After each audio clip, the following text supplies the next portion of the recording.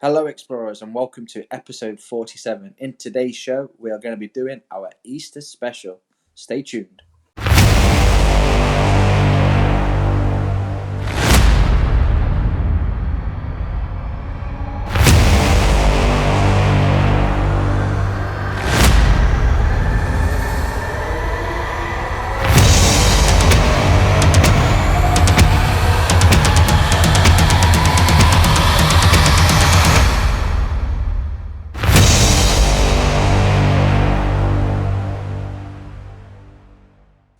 Happy Easter, everyone, and welcome to episode 47. Joining me today, as always, is the Easter Bunny herself, but with blue hair. It's Taylor.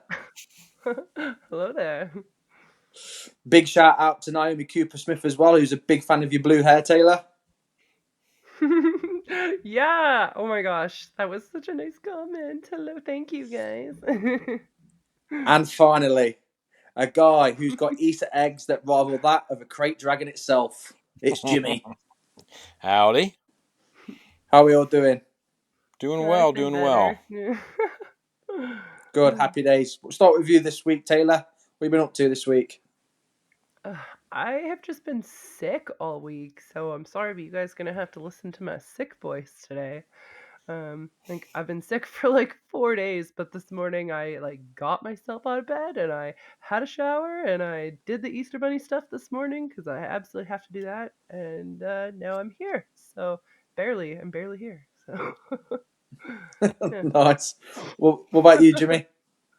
Yeah, it's been a week. It was a really long week. It was weird. We only had one meet, but man, it seemed to drag on this week with morning practices and stuff. And then, man, I hate scammers. I got taken for about $40 No way. yesterday, and I almost got all of our friends. This thing popped up. I grabbed it. It was like this deal on Funko Pops. I haven't bought a Funko Pop in a while. I was like, oh man, and there's like 80% off. I thought it was like an Easter sale, getting rid of old stuff. I was texting Nice. Brandon, I was texting Chris and Lexi and Patrick, and I was like, you guys gotta get on here. And then I realized, I looked up and I looked at, and I know to do this. I always check the URL, and then realized after I bought some stuff, I had just gotten scammed for like about $40. So it wasn't, not a terrible amount of money, but man, I was so mad. And then I was kind of embarrassed, almost set our friends up for failure. But if I find that scammer, I'm going to punch him in the nose. Oh, So I'm mate. coming for you. Did you get straight on and go, it's a trap? It's a trap. Yeah, Oh I'm pretty. I'm telling you though, it looks exactly like the Funko website. Everything's exactly the same. The only thing that's different is the URL, and they kind of got me. But other than that nonsense, we wow. had some good birthday stuff this weekend. Our exchange student, my mother-in-law, and my wife for the next 3 days. And so I want to wish Molly a happy birthday, and her mother and Abigail. So we did all that, and then of course Easter stuff today too. So it's been, other than getting scammed, it's been a pretty good week. How about you, Jack? Yeah, not too bad. Nice and steady at work. We managed to finish Thursday because it's obviously Easter bank holiday. Got to spend some time with the kids Friday, which was excellent because we don't really get to spend a lot of time with them when I'm based away. So obviously those that know are based away from the family, so in to see them during the weekend. Did a little bit of football as usual on Saturday. Played some squash as well. And then today, just ate loads of Easter eggs and chocolates. Did the Easter egg show with my daughter Tessa. She started up a YouTube account at the years of 8. So see how far that YouTube account goes. Wow, she's And gonna I finally bypass brought us. into 100%. I finally brought some Star Wars Unlimited as well. So look out for more videos on that. I know I've published one up at the minute just at cracking 3 packs, but there's 21 more packs to get through. So Oh my plenty of goodness. unlimited content coming everyone's way. Awesome. This week, then, we've got some new explorers as always. So, big shout out and a big thank you to the new followers and explorers. So, first off, then, is Alina P, Liam Harrison, Stuart Davis, Wayne Ladd, Michael Pilgard, and Jerry Parker. All right. Welcome, everybody. Thank you, explorers. We know you guys are the ones that are getting our name out there and bringing people into us. We appreciate it. Please, please, please get involved. Like our social media posts, but respond to them. Email us questions, email us long answers, whatever you want. If you have a question you want or a topic you want us to dive into, let us know. We'd love to do it. Check us out on Facebook, Instagram, TikTok, Twitter, X, and let us know. Yeah, welcome Awesome. aboard, Right, guys. We just wanted to do this so that we could chat with more Star Wars fans. So, yeah, chat back with us. indeedy. Awesome. Right, let's head over to our Force Encounters of the week then. So, here we go.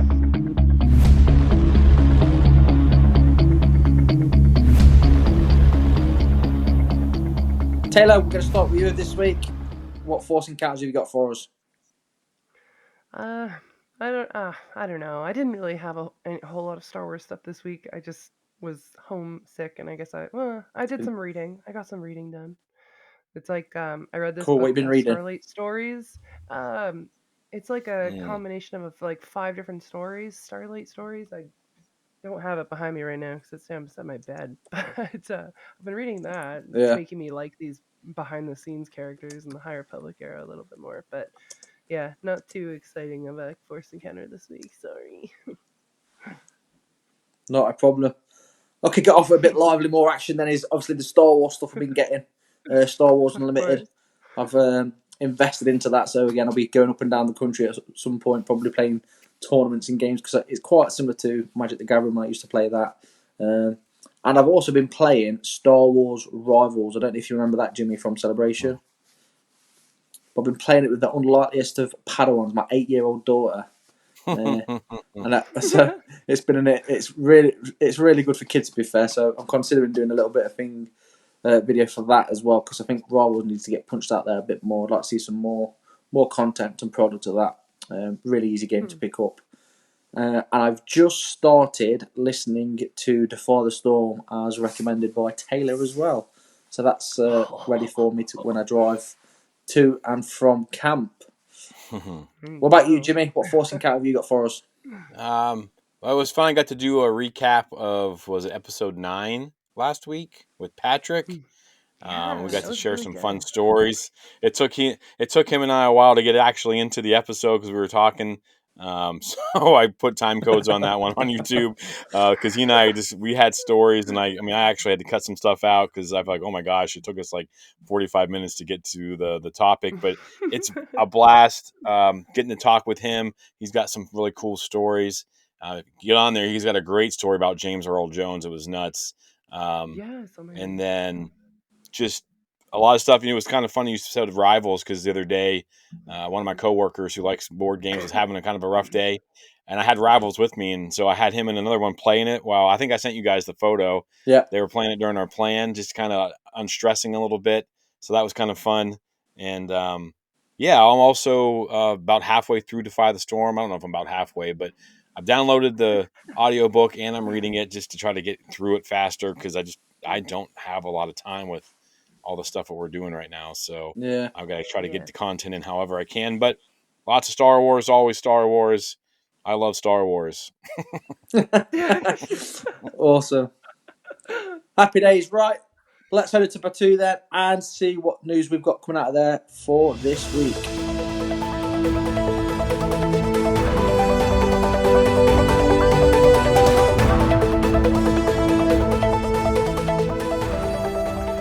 So, with The Phantom Menace coming out soon, Marvel are releasing a 25th anniversary special comic which delves into the dreams of a young Anakin Skywalker.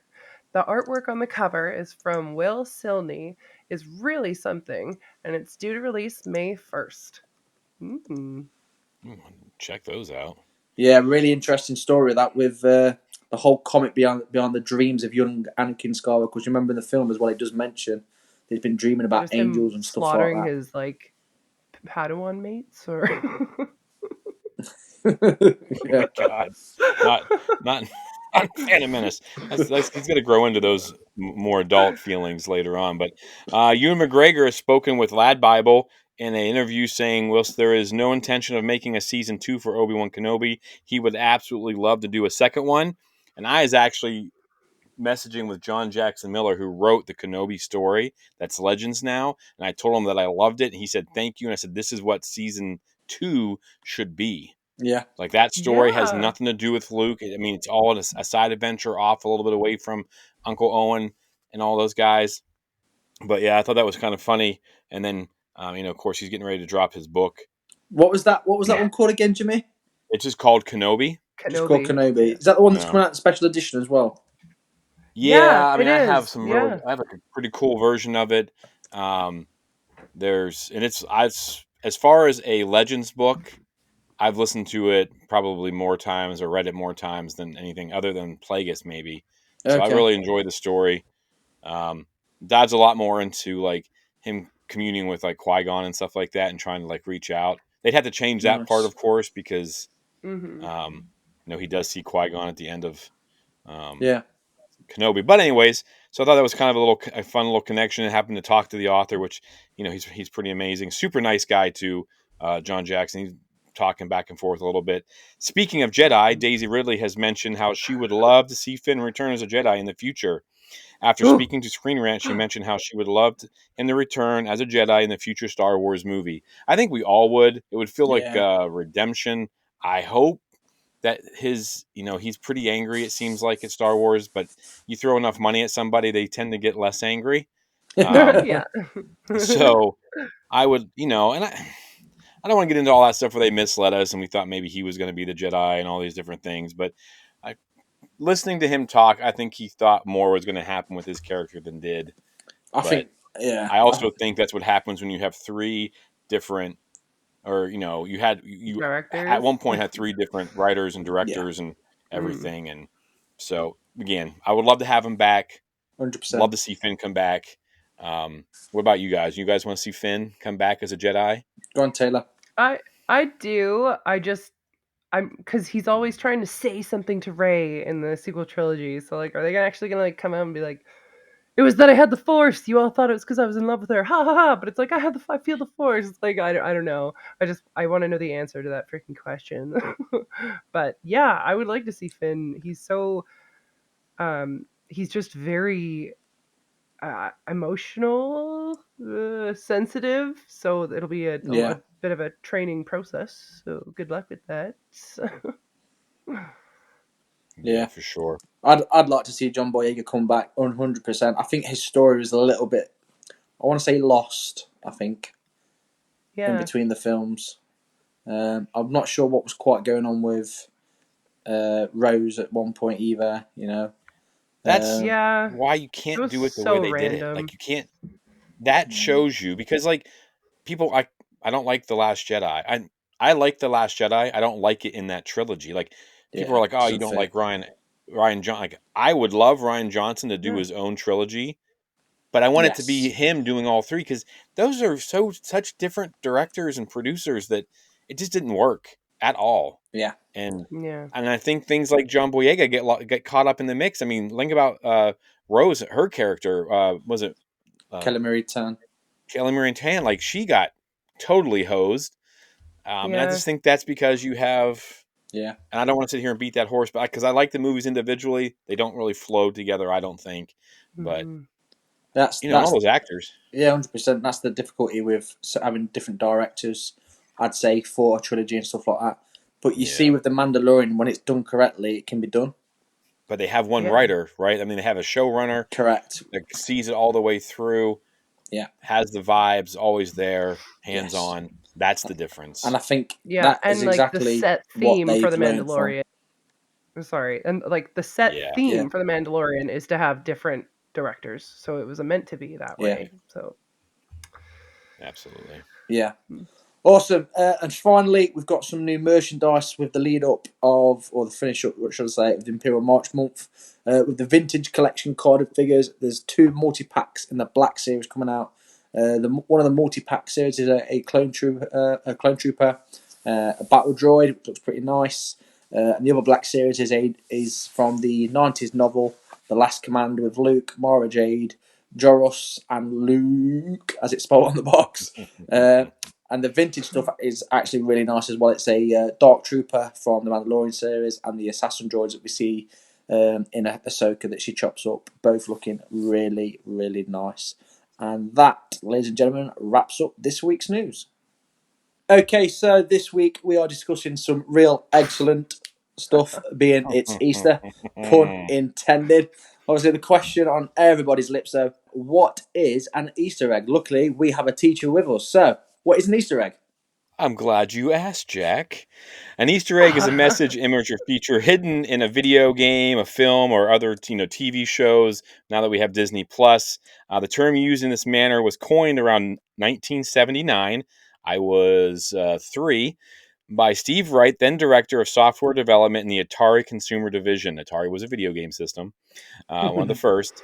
He described this as a hidden message in an Atari video game called Adventure, and it was like the idea of it was when you see these things, it's like trying to find an Easter egg, right? Okay. And we're going to talk, obviously, Yeah. we're going to talk a lot about that. So that's kind of where it turned. Now, I did see some conflicting stories, but this is like the earliest time that I saw.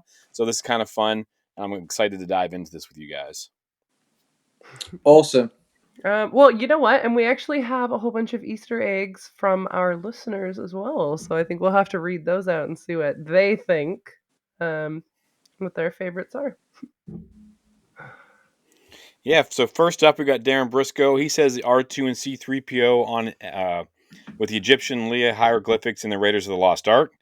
They were on the support canopy for the Ark and also on the wall, so that's always cool. Anthony Goodman said Yeah. Anthony Goodman said E.T. and the Phantom Menace.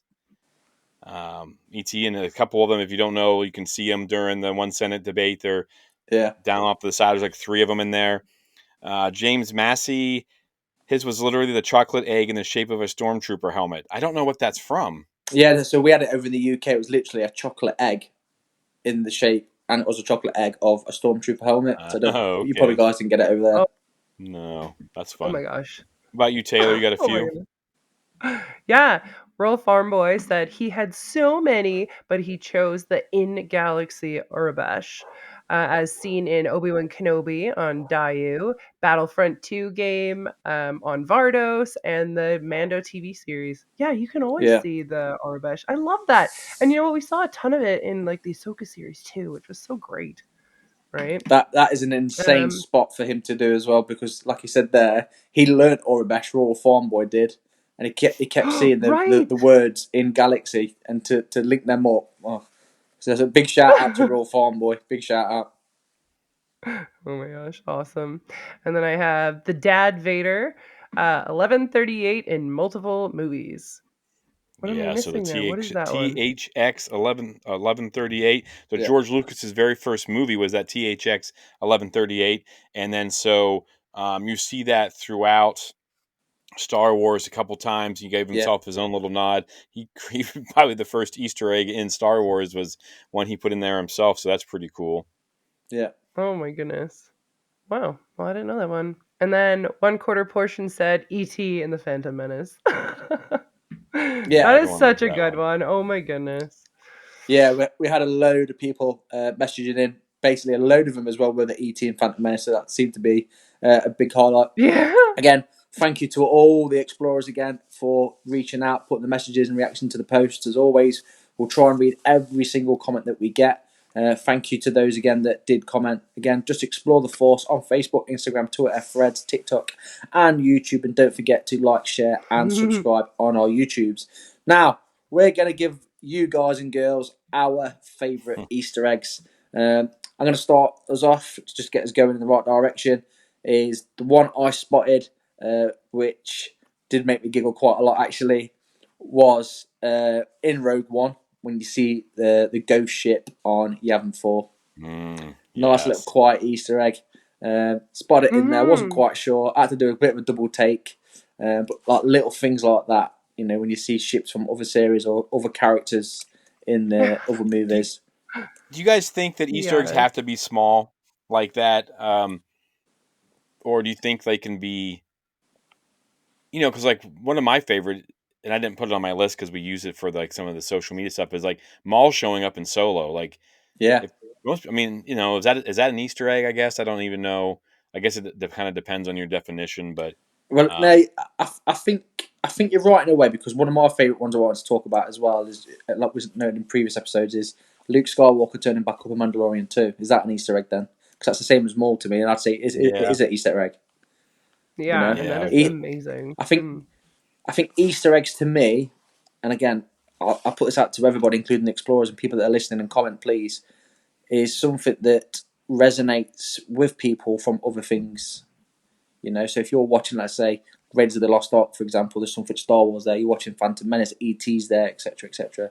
That to me is an Easter egg. Same as Darth Maul being on Solo. That's an Easter egg in reference to the Phantom Menace and everything else that he's been in, etc. So, yeah, I'd definitely say that's an Easter egg, Jimmy, 100%. Cool. All right. Yeah, just because a lot of the ones that we have are like small little things that you don't notice. I mean, obviously you get smacked in the face with, Maul, but I still think it kind of falls into that category of like, oh, wait a minute, kind of deal. So yeah. What about you, Taylor? Well, I think that Easter eggs can be super obvious, and some of them aren't, right? I guess it just depends on how dedicated you are into looking into these, and the more research you've done into stuff like this, and the more obsessed with Star Wars you are, the more satisfied you're going to be with finding these little Easter eggs.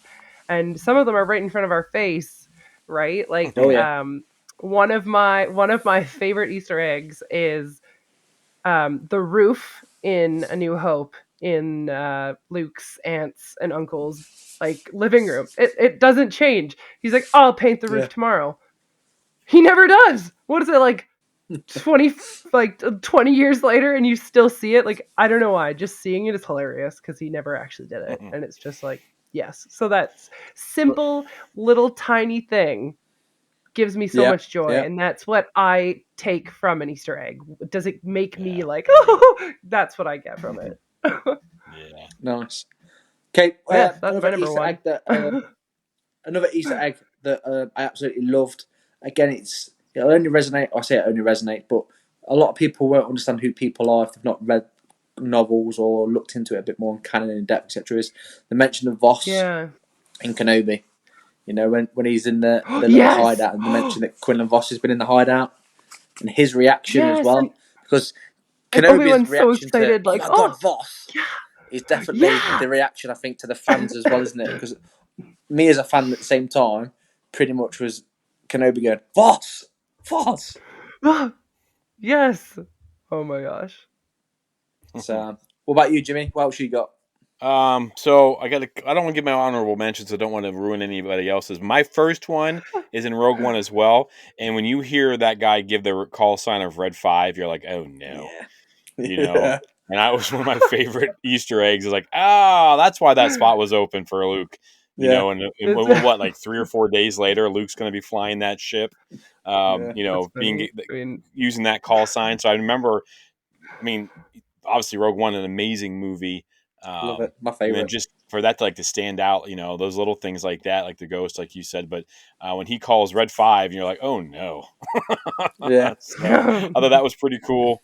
Little shout out by Gareth Edwards, who we need to have back in Star Wars. Absolutely agree with that, Jimmy. 110%. 110%. What Easter eggs you got, Taylor? My favorite Easter egg, I think I'm gonna go with that one just before I forget it.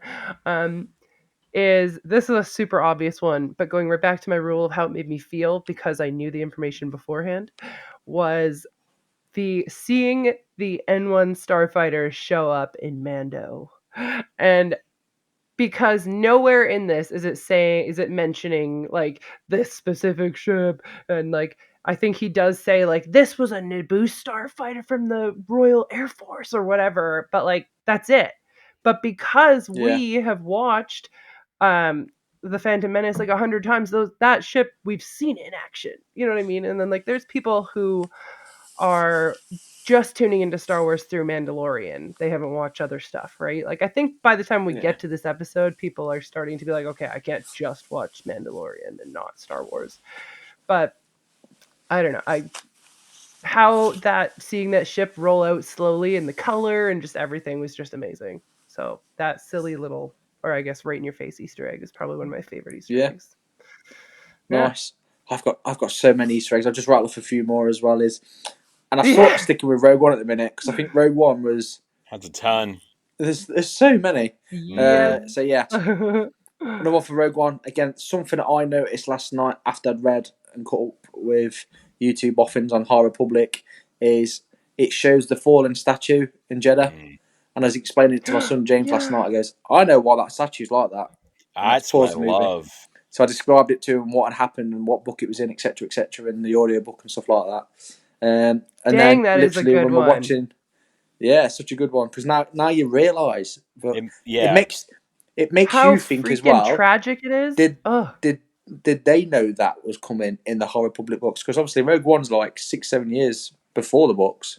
Yeah, So, it's a great tie-in for. I don't remember which author wrote that book. Well, I mean, it was also in the what was the Battle of Jeddah, right? Yes, Battle of Jeddah. We talked Was it about Daniel it, Rose? and then also in the and Kevin Scott does a lot of the comics, and he did the comic series, which it was a big part of. But yeah, I love that connection. Brilliant. And then so after I finished describing that to James, we sat down because it's a scene where they're walking through the market trying to find Saw or some contacts, and then you see the two guys that confront Luke Skywalker in the bar in the cantina. Yeah, and James that's great. straight away was like, "Oh, there's the two guys. One of them gets his hand cut off." I was like, "Yeah, that's it." He doesn't like you.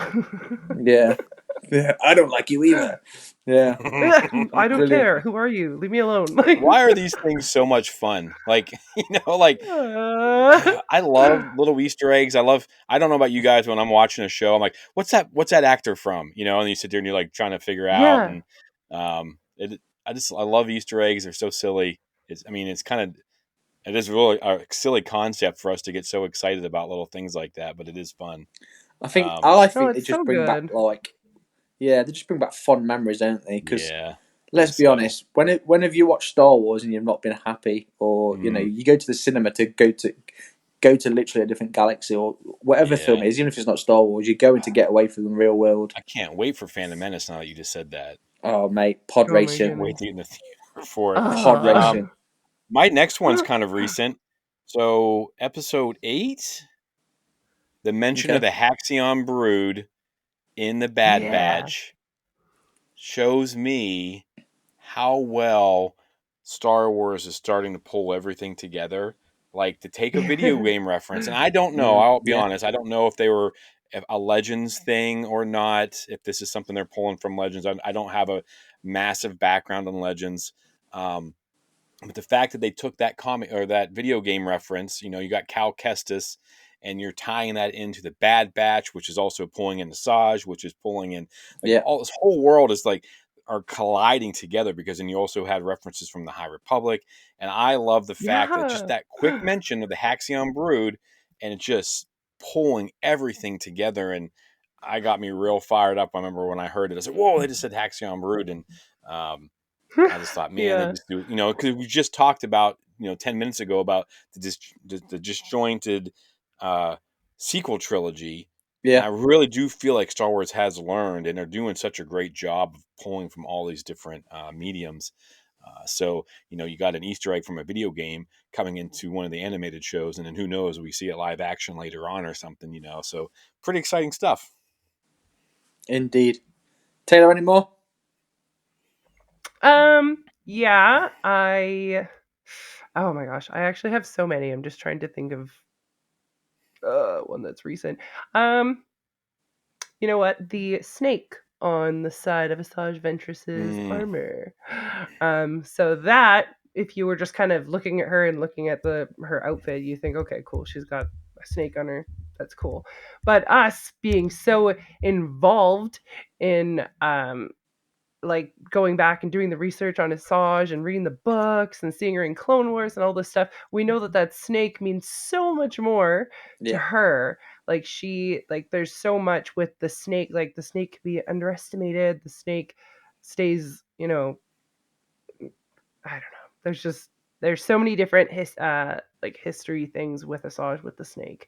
That seeing on her armor still in the Bad Batch is really cool. We're going to get to figure that all out here sooner or later from the sounds of things too. So that's exciting. Loving the puns. I'm loving the puns on this episode. Talking about snakes and then Taylor's there going, history. Brilliant. Absolutely brilliant. Awesome. Another little Easter egg that I absolutely loved, a real tearjerker. I was actually talking about it on Facebook with a group on there. Was the mention about Chewbacca getting his medal, and at the end of Rise of Skywalker. Oh yeah, that's a good one. And the reasons behind him actually getting that medal as well. real tearjerker. So it's one of those Easter eggs that hit hard because again, like you said there, Jimmy, it's you're remembering little things from other things, and they all tie together and make you think, oh yeah, and then to put some sort of emotion behind it on top because these Easter eggs that they're showing us, they aren't just pointless Easter eggs either. They all mean something to somebody, which is very, very clever. Can Easter eggs get overused? What do you think? Yeah, probably. But I mean, yeah, I would say yes. They Yeah, could probably overdo it, but I don't know of a time where I'm like, oh, that's too many, or you know, I haven't seen it yet, but I'm sure that I don't think it's like the same as nostalgia, but um, I do think they could probably be overused if people are they don't have a good enough story that they're trying to use that nostalgia, like you guys said, and like the emotions and illicit yeah, emotions that the story should be driving forward, and they're having to use Easter eggs to Mhm. do it. I don't think that would not be good. That'd be the only time I'd be a little concerned. Yeah. So, um, Mhm. I have one from Tross since we're in the Rise of Skywalker. How about John Yeah. Williams playing Oma Tress in the cantina scene on Kajimi? Ah! And then on top of him being in that, right? So you've got the man who, we've talked about this before, like his music may have like saved Star Wars. oh yeah, We Yeah, talked it about that did. all that stuff in a previous podcast, but having him get to be in that, at the time they said it was going to be his last one. Of course, he can't let it go, which is pretty awesome. He loves it so much. But then in the He loves it. background behind him in the bar, every object, 51 different objects from all the Academy Award nominees for his music over the years, Jaws, Harry Potter, I mean, just the list oh goes yeah, on and on and on. It might be one of the Oh my greatest gosh, Easter that's eggs in amazing. a Star Wars movie to have John Williams, the man who's responsible for the music that we love and the movies that we love, and then behind him, he didn't even realize it, I don't think, because it's in the behind the scenes making of uh, the Rise of Skywalker, and J.J. Abrams is pointing out all the different things, ET stuff, and just one of the coolest, Oh my you know, goodness. massive Easter eggs in Yeah. maybe in the Star Oh Wars my gosh. universe. Mark Hamill is also he plays the little I guess he just does the voice of the little guy who keeps trying to stick the money into BB-8. That's Mark Hamill doing that voice. Yeah. So nobody would know that one either. So, yeah. nice. Oh, and Well, you know what? Your giant Easter egg thing just totally reminded me of in Andor when they have the antique shop that's Mm. just loaded with Easter eggs. yes, Oh It's like an yeah, Easter egg store. We you could should have do a whole gone through all of show those. on the stuff Oh, in but there. that is a great shout. Great shout. well, So you guys just have to go and pause that scene and go check it out. 100%. So I think we've covered quite a few Easter eggs. I think the only thing really left to mention now, or honourable mention, is a certain bunny. Jimmy, entertain the Mm. people. What do we know? All right. All right. So, speaking of Easter eggs, there's one pretty famous rabbit, or Lepi, I guess, if you want to call him, and is not, well, he is canon now. So, he's Yeah, got quite a story. So, I'm just going to introduce everybody to Jaxxon. There he is. There's Jaxxon. He's a Lepi. He's a Lepus carnivorous. He's a sentient humanoid species, lanky frame, long ears, buck teeth, and he was created because yeah. So it's pretty cool. They created after, well, actually before the original run of Star Wars yeah, in April of 1976 or 77. Sorry, George Lucas wanted to because a lot of his stuff comes from the comics and different things like that. He was looking for somebody to um, push out Star Wars in different formats, and he couldn't get anyone to do it. And he ran into, of course, he has friends in the business, but he had Roy Thomas and Howard Chaykin. Roy is the writer, and Howard is the artist. And the first 6 episodes of the first Marvel comics for Star Wars, the first 6 were the recap of Star Wars, the original, the movie, and then from that point on. they had really strict instructions. They weren't allowed to do anything with Darth Vader. They weren't allowed to do anything with a love story between Luke and Leia. And they're actually kind of directed to do a Seven Samurai style comic run with Han Solo and Chewie. So so in episode 8, Han's on this planet called Anuba, I believe. And there is a group called the Cloud Riders, which we'll get into because that's also another Easter egg. Yep. But they're attacking the small villages, and so Han Solo gets together. All you can see here in this photo, but Jaxxon's one of them. He's a 6-foot tall giant rabbit, and so of course, this stuff is legends and things like that. But some of the backstory is that he's one of the rabbit. They take from our history, and obviously you'll see a lot of like Looney Tunes references and things like that coming up. Oh, But yeah. he's from a family of 13 siblings. He got bored, so he steals a freighter, takes off, has all these odd jobs all over the universe, and then he finally gets his own 500-star yacht, and he calls it the Rabbit's Foot, which seems a little on the nose.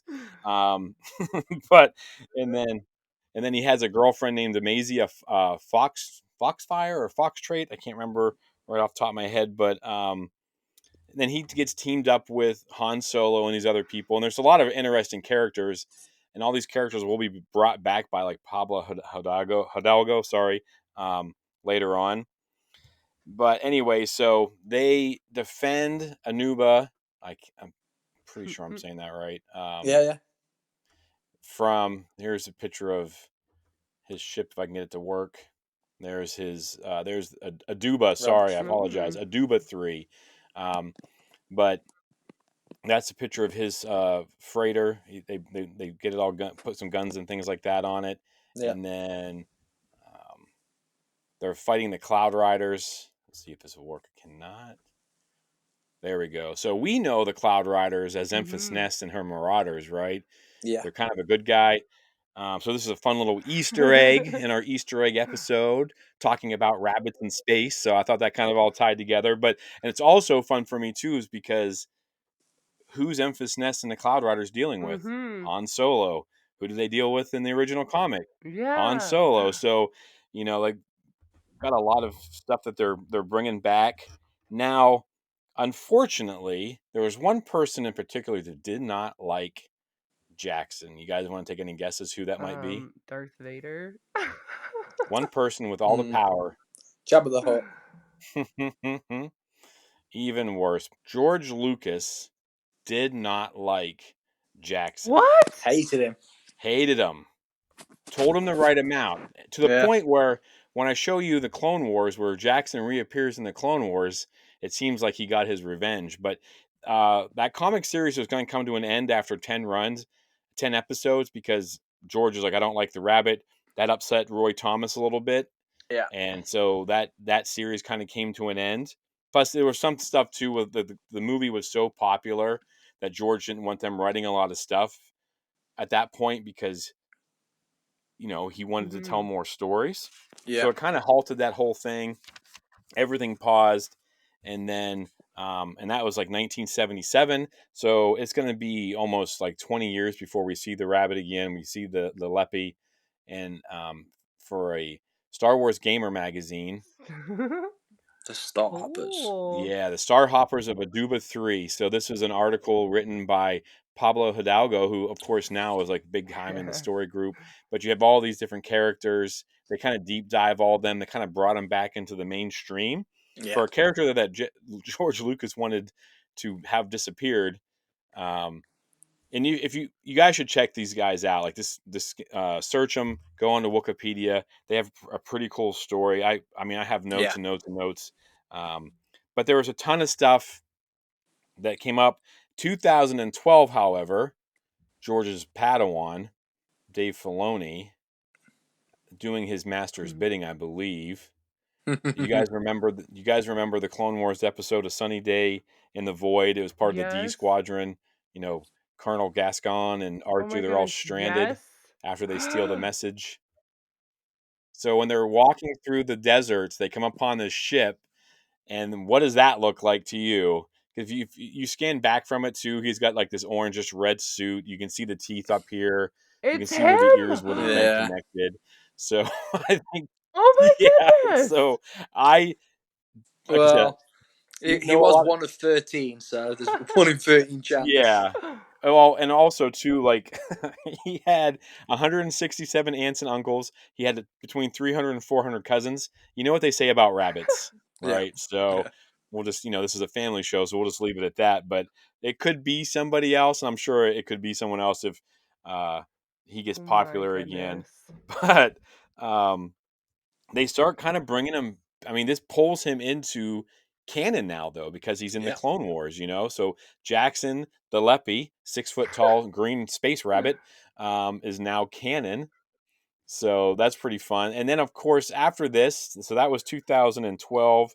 Um, Very quickly, 2015, 16, they start to bring him back in a lot of different things. Yeah.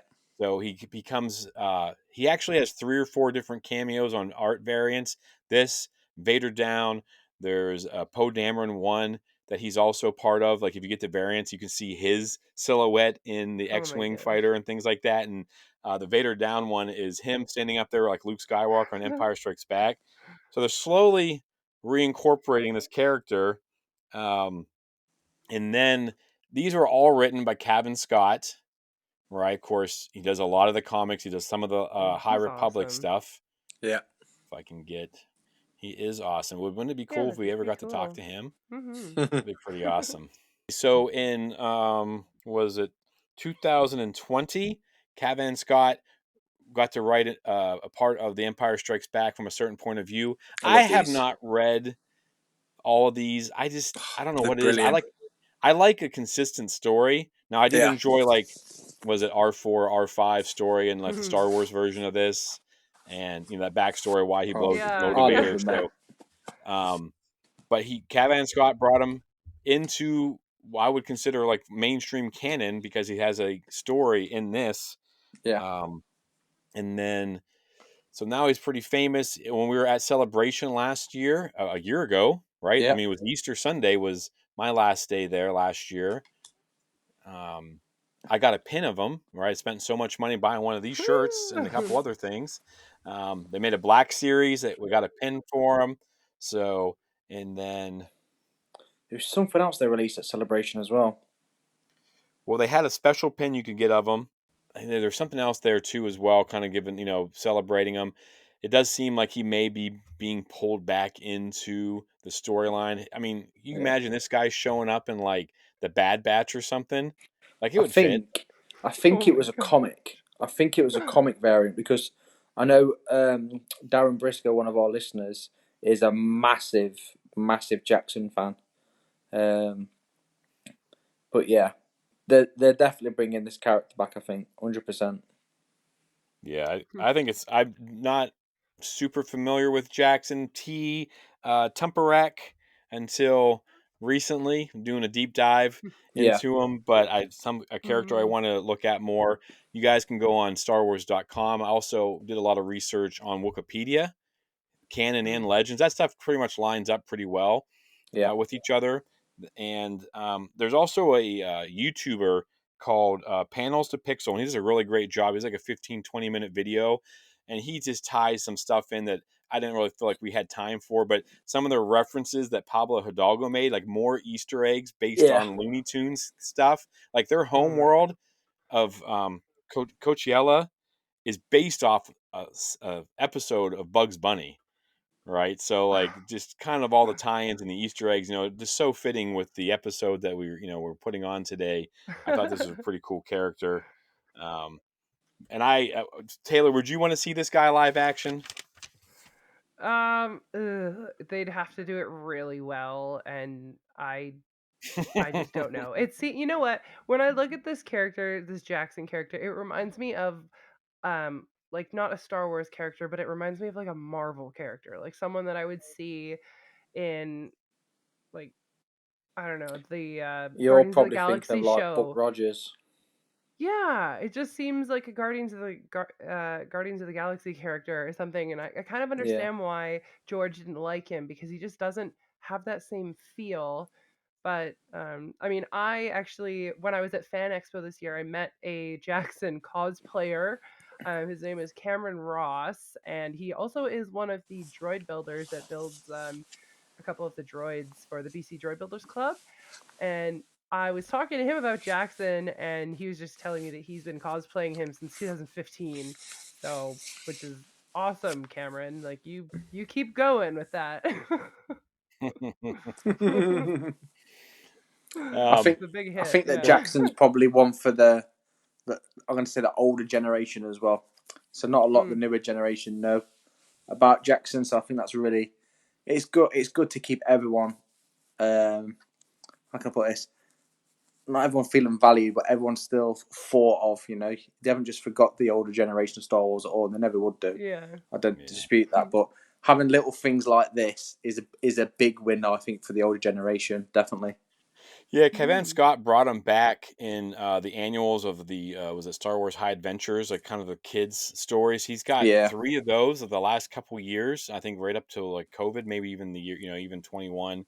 Jaxxon has gotten his own runs in those, and then of course there is talk too. I've listened to a couple people who know way more than I do about it, but you know they created Jaxxon prior to the movies even probably coming out. You know, right? They're writing the stuff. You know, they're storyboarding because Lucas is like, here, I want I want my movie made into a comic, and then you're going to continue the story with these characters.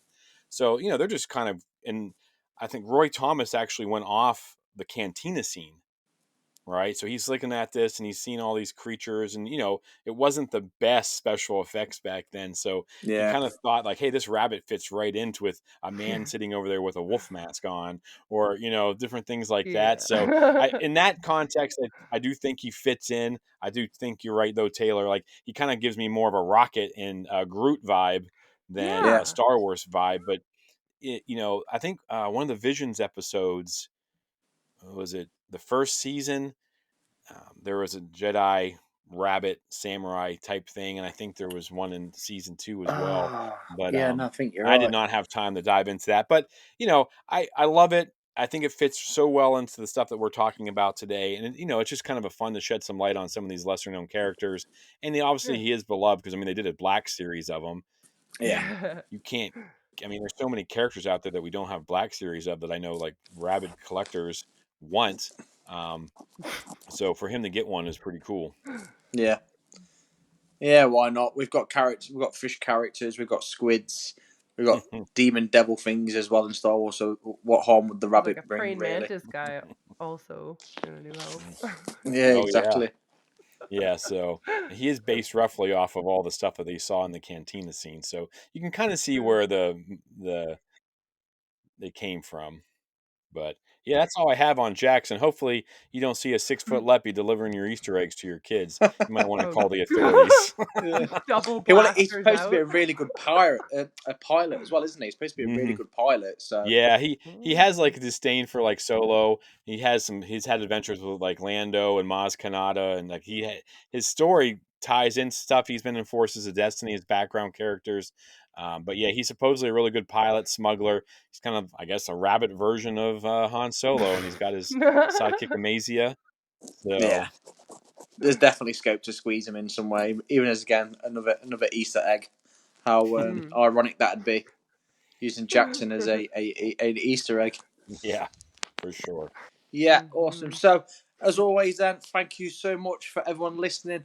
Please, as always, make sure you like, share, and subscribe on all the social medias at Facebook, Instagram, TikTok, Twitter, X, Threads, and YouTube. And don't forget to like, share, and subscribe. Explore the Force, all one word. We can't wait for you to join us. As always, then, from Taylor For light and life. and from myself, mind tricks don't work on me, only money. And for all of us and Jaxxon, the 6-foot Lepi rabbits, we have spoken. See you next week.